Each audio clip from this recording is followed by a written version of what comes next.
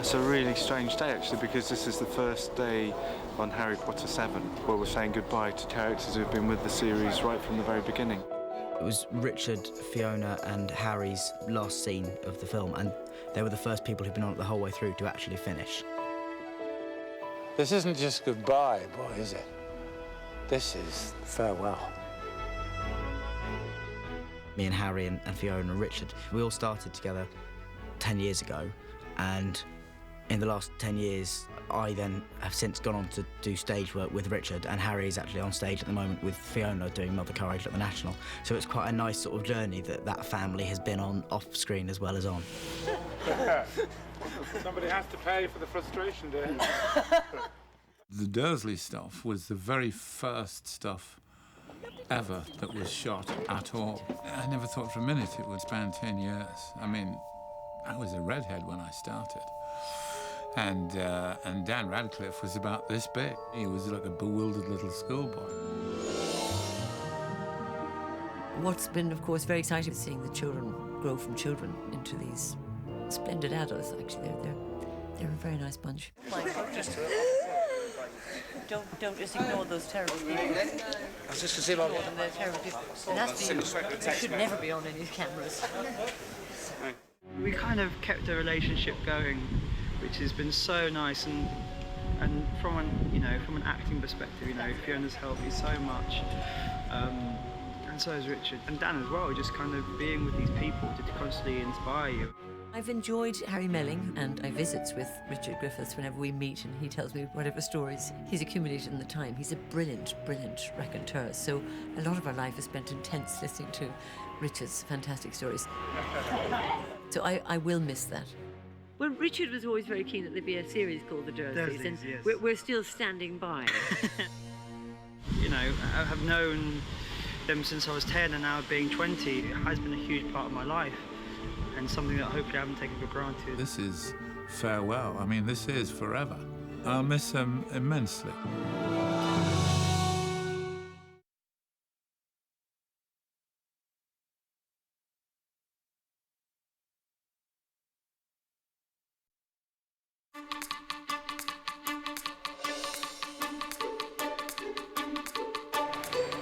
The flight from Privet Drive is a thrilling ride and has been a really complex logistical challenge, not just from a visual effects point of view, but from a stunts point of view, from locations, from design, all coming together. We've got 7 bikes in total. How you doing, my wee pal? I'm good, man. How are you? This is the Hagrid's bike from movie number 7. It's modelled on the bike that we used on the first Harry Potter film. We've basically dressed the whole thing up to look like a 60s bike and a 60s sidecar, so there's an awful lot of work being done on the sidecar, reshaping it, remodelling it. I'd have to say, it would be a wonderful way to travel in a sidecar. I love being in that. I'm yet to travel more than about 3 metres in it, but those 3 metres were some of the funnest I've ever had. It was great. I loved it. It'd be a great way to come to work in the mornings. For all the motorbikes in the opening sequence, we've got a number of requirements. We've got stunt motorbikes, which involved trains, wire rigs, and the ability to fly a motorbike. And we've got the motorbike that has to turn upside down in the tunnel. But for that, we had to build a motorbike that we could roll upside down with somebody on it. And it has to be, obviously, a stunt person. Dan has to be able to fall out of the sidecar and hang underneath it. 3, 2, 1, go. A lot of the stunts in this scene have been done by Mark Maley, who's my stunt double, who's fantastic. And he was going through the Dartford Tunnel in England, standing up in the sidecar of a motorbike going at sort of 40 miles an hour. I would love to be able to take the credit for it, but unfortunately I can't. Mark's been doing great work for me. And also a plus side of having Mark doubling you is that he's legendary for having a very, very nice bump. And it's great because he's doubling me in this scene. I've turned out looking very, very good, as it turns out. Most complicated, I would probably say, is the motorbike chasing, and basically that involved going in between traffic at quite high speeds. I think we were doing around 30 to 40 miles an hour. So that was really, really exciting and very different to do. This is day 3 in the Liverpool Queensway Tunnel. It's more practical to film in a 4-lane tunnel because we can get cameras, cars, other vehicles in a 4-lane tunnel, and then we create a CG wall for the 2-lane tunnel.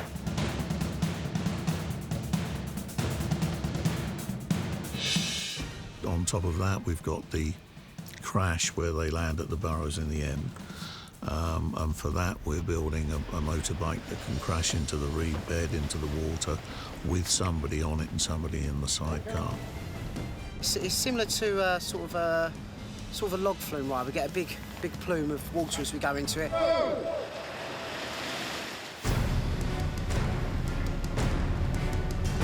The thing I'm most proud of is that the work that we've done blends together so seamlessly that a lot of people don't realise that it's a practical effect or it's a visual effects effect, because they just accept it that that's the story on the screen.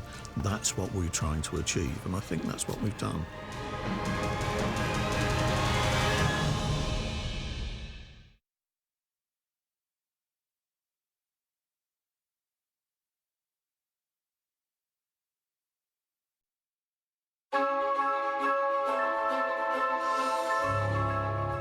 The wedding started with a tent, and Stuart is absolutely passionate about tents, so he thought it complemented the exterior of the Burrows.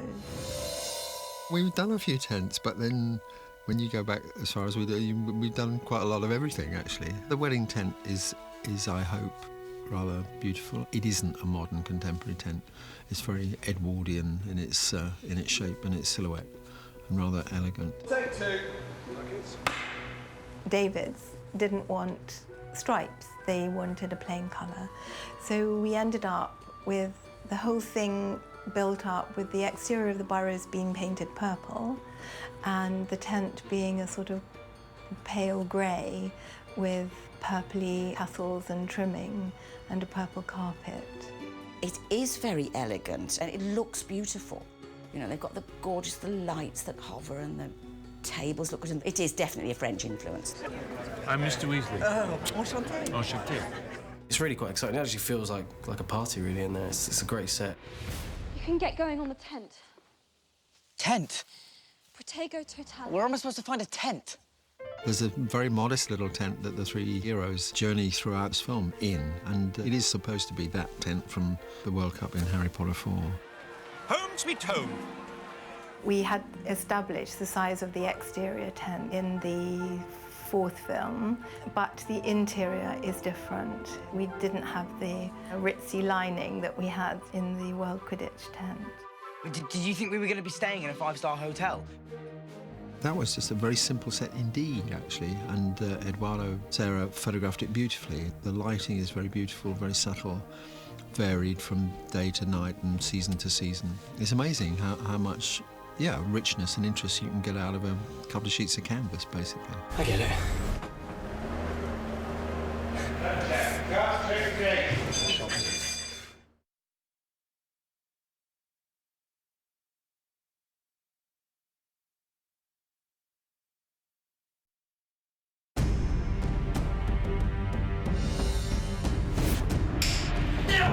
New set, new problems, new fun, and it's bigger than normal.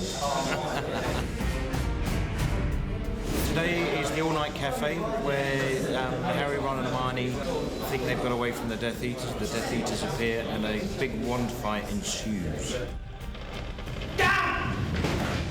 They were always given a sequence or a general scene, and they say we want some kind of wand fighting. So we try and put together some kind of duel. All right, so let's just go through a half-speed rehearsal, guys. The cafe scene was quite complicated because it was quite a timing issue. Hermione comes up, out from behind her hiding place, goes down, waits a few beats, comes up and goes down again, and it was trying to get the movements exactly right, plus explosions going on in your face. We're spell throwing. It's a totally visual thing that you have to make up. You can't actually see the spell. That's something I'll be adding in later. If you're doing a sword fight routine, you use the swords and you can connect, but when you're actually doing a wand fight, you're not actually connecting with anything. So that makes it difficult.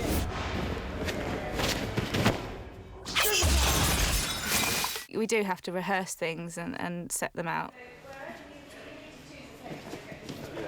People visualise in their minds, if you're being blasted by a wand spell, you're going to take a hit and you're going to go back violently, which happens with most of the spells. There are occasions where a spell might hit somebody in the shoulder, so it's very similar to when we do bullet hits on films. We'll just react with their shoulder and then just carry on fighting.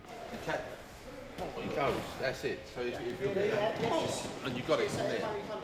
Actually, yeah, that's the one. We always go all out, put everything into it, and then we can always bring it back slightly.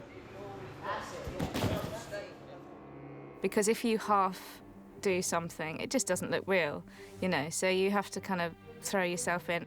Yeah. So it's almost like you've got to make that really fast. Do you know what I mean? And then relax into it once you go back. So it's here. It's so fast, you're doing exactly the same movement you are, 10 times faster. Right, I put it's like someone's making that. People are more critical, and I think the better you can give the public a real performance, I think the more you'll get back from them. Got it! Cut!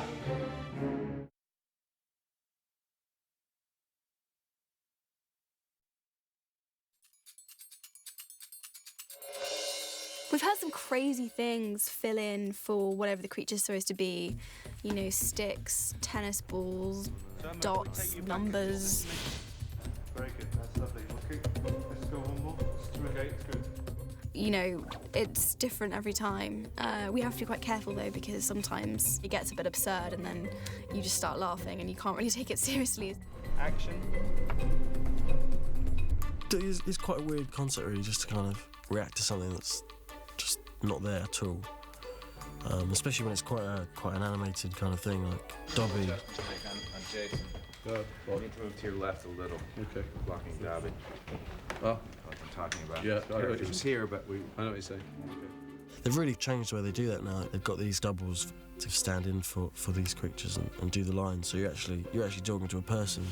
I've had to supply some people today to kind of be doubles stroke stand-ins for Dobby and Creature, which is quite interesting. Come over here. I just want to try anti-gravity before I Yeah. Because of course also we've got not only the short actor in there, we've also got somebody else providing the voice of the character, so they're working as a team. Dobby? I enjoy playing Dobby. That said, I never really take full credit for the character, since it's a large part of its character comes from its movement, which I can only suggest and they can realise. When I did it in the second film, it was very much me in a sound studio working with the film that had already been shot, with a ping-pong ball on a stick, which was going to be me, and offering up suggestions, you know, how he might move, how Dobby might move. Whereas this time, Diane, my collaborator, comes on and she's closer to the size of Dobby, so she then gives a scale to what I've suggested and proposed. I'm a Dobby, so the moves, isn't it?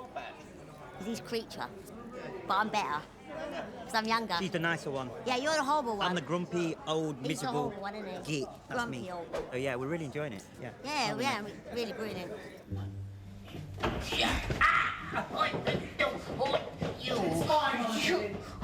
It allows David Yates to sort of direct the whole scene with all the integral parts. Yeah, you're right. And you want me to notate this in my head?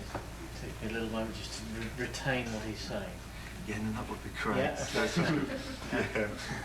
In the past, you would shoot the stuff with nothing in there, and it's harder to perhaps get sort of real interactions between the live action performers and the 3D characters, and create an electricity between the two elements. Do you need me to vocalise at all?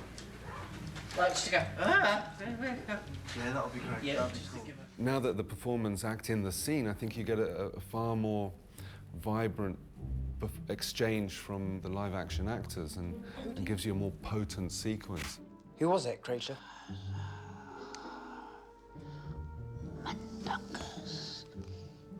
Mundungus Fletcher.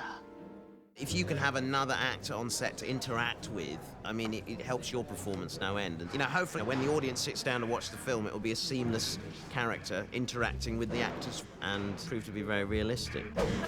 Harry Potter.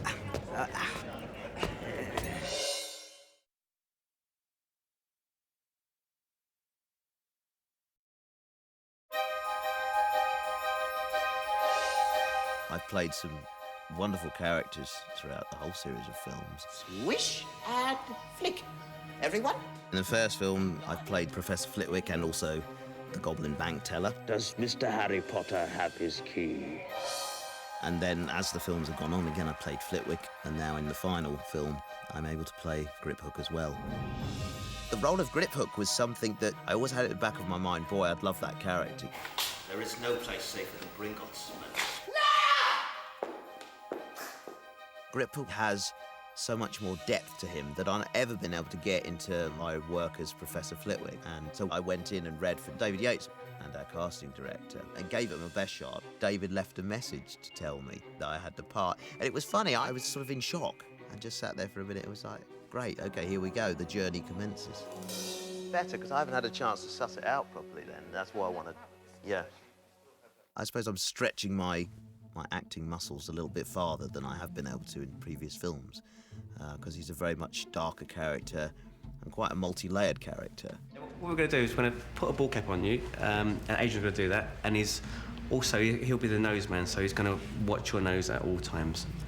And we'll ask you all the way through it if you're okay, and it's thumbs up, not too high, because of nothing. What signals like if I'm thirsty? The makeup is obviously a very important part of what I do and the creation of that character. It's not just down to me, it's a team effort to bring him to the screen. We're doing a makeup test on Warwick Davis, because he's all we could get at short notice. And for Griphook. With Griphook, we looked at what we did on the first picture. With the film Troy, he had a particular look, so we took that look and we transposed that look onto Warwick. Contrary to popular belief, I don't look like a goblin in real life. So without all of this and without these two here and all the other people that go to put the makeups together, I wouldn't be able to do the work that I do, because I don't look right. I'm too good looking.